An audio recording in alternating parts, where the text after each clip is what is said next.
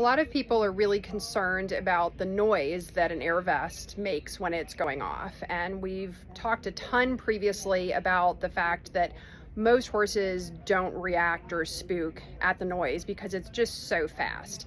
But we thought it'd be helpful to know what actually causes the noise when an air vest goes off. And it's because of the gas.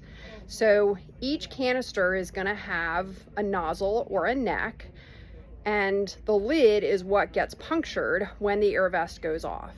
And the noise that an air vest makes comes from the speed at which the air is released from the canister through that nozzle into the air chambers of your vest. So the reality is that you want that speed, and therefore you want that noise, because it means that it's filling up your vest super fast.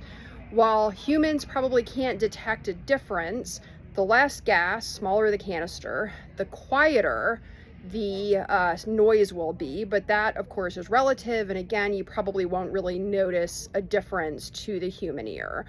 But it's just helpful to know why the vests make the sound, where the sound comes from, and that, again, we want your vest inflating super fast. So we want that air to get pushed super fast.